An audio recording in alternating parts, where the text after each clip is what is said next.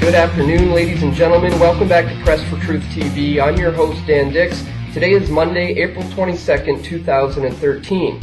In exactly 1 week after the Boston Marathon bombings, we're getting word today, breaking news about an alleged foiled terror plot here in Canada, as two men have just been arrested, one from Toronto and one from Montreal. Now, I've just watched the press conference, and we'll go to some clips to that in a moment. But some of the things that I found troubling, especially in light of some recent events over the past week, is the fact that CSIS, the Canadian Security and Intelligence Service, along with the RCMP, had been working together with the Department of Homeland Security and the FBI in regards to this new foiled terror plot.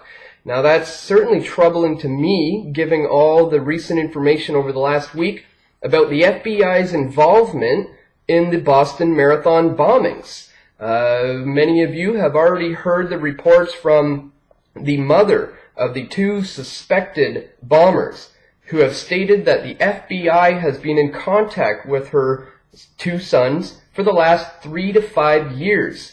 So considering that the FBI is now working hand in hand with the CSIS and the RCMP in regards to this new foiled terror plot, it's indeed very, very troubling to me. Another aspect of this that they continue to point to is they say this is eerily familiar to the Toronto 18, the infamous foiled terror plot from 2006.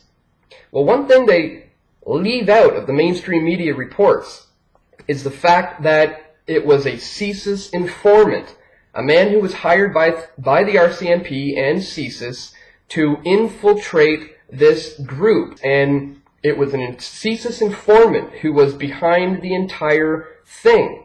And a lot of these kids were completely set up, but that is often being left out of the mainstream reports. Here's some clips just to remind you about the CSIS informant who set up the Toronto 18 back in 2006. Good evening. We begin with a CBC News exclusive, one that gives a rare and detailed view inside that alleged plot to blow up targets in Canada. Last month, 17 suspects were arrested in Ontario on terrorism-related charges.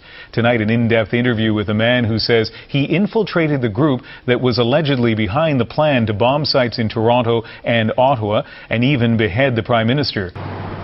Mubin Sheikh, the Toronto man who infiltrated an alleged terror cell for CSIS and the RCMP, believed Canada faced a grave and immediate threat of bloodshed, which would also have left a permanent stain on the integrity of Canada's Muslim community.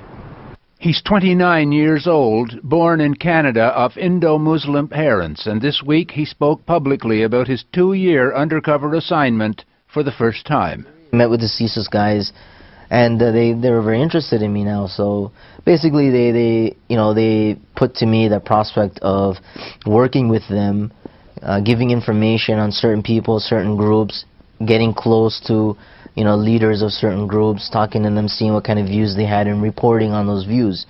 The former Army cadet and reservist quickly won the confidence of the leaders in an emerging plot that eventually included attacks on prominent Canadians, Parliament, the Toronto Stock Exchange, and the CBC. They eventually asked him to direct a 10-day winter training program in guerrilla tactics in rural Ontario. The training included simulated attacks on individuals, basic combat techniques, and target practice. Early in June, the police broke up what they considered to be a serious terror conspiracy. The plot had escalated, eventually involving the purchase of material which could have been used for making bombs. One of the leaders of the group had already learned to build a detonator. 17 alleged conspirators are in custody. Mubin Sheikh says he consulted and had the blessing of respected religious leaders before joining the investigation as a paid informant. And so now, here we are in the same boat that we were in exactly 7 years ago, and I want to point to you now to some of the very interesting things that I heard in this press conference, which was just given here in Toronto moments ago.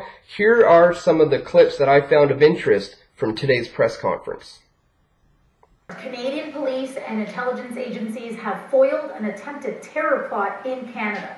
Authorities have arrested a number of people in Ontario and in Quebec This was a joint cross-border operation involving the RCMP, CSIS, the FBI, and the U.S. Department of Homeland Security. On April 22nd, after an extensive and complex criminal investigation named Project Smooth, the RCMP arrested and charged 2 individuals for terrorism-related offenses under various sections of the Criminal Code. The RCMP is alleging that Shihab Essegayer and Raid Jasser were conspiring to carry out an Al-Qaeda-supported attack against a Via passenger train. Had this plot been carried out, it would have resulted in innocent people being killed or seriously injured. I want to reassure our citizens that while the RCMP believed the accused had the capacity and intent to carry out these criminal acts, there was no imminent threat to the general public, rail employees, train passengers, or infrastructure. The RCMP-led integrated national security enforcement teams, with the close collaboration of the FBI, successfully interdicted this threat early and effectively. This is a testament to the strength of our relationships with Canadian and American law enforcement and to the ability of Canadian government agencies to work together in furtherance of Canada's counterterrorism strategy. We could not have successfully completed this investigation without the collaboration of our partners at the local, national, and international levels. Today, after an extensive national security criminal investigation, the RCMP have arrested 2 individuals and charged them with terrorism-related offenses. Ontario and Quebec RCMP-led integrated national security enforcement teams, also called INSETs, executed search warrants at various locations in Toronto and Montreal. Arrested today were Raid Jasser, age 35, of Toronto, and Shihab Essegayer, age 30, of Montreal. Our investigation and the evidence found indicated that the accused were conspiring to carry out a terrorist attack against a Via Rail passenger train in the Greater Toronto Area. We are alleging that these 2 individuals took steps and conducted activities to initiate a terrorist attack. They watched trains and railways in the Greater Toronto Area. These arrests are the conclusion of a very complex and lengthy investigation which involved multi-jurisdictional and multi-agency cooperation. We need to continue to work together as law enforcement and community partners with mutual trust and with the intent of causing and understanding. Through this joint approach, we can ensure the ongoing protection of Canada's national security. This investigation is a success in the partnership of our integrated police forces. It also shows to what extent the threat to our security is really under watch.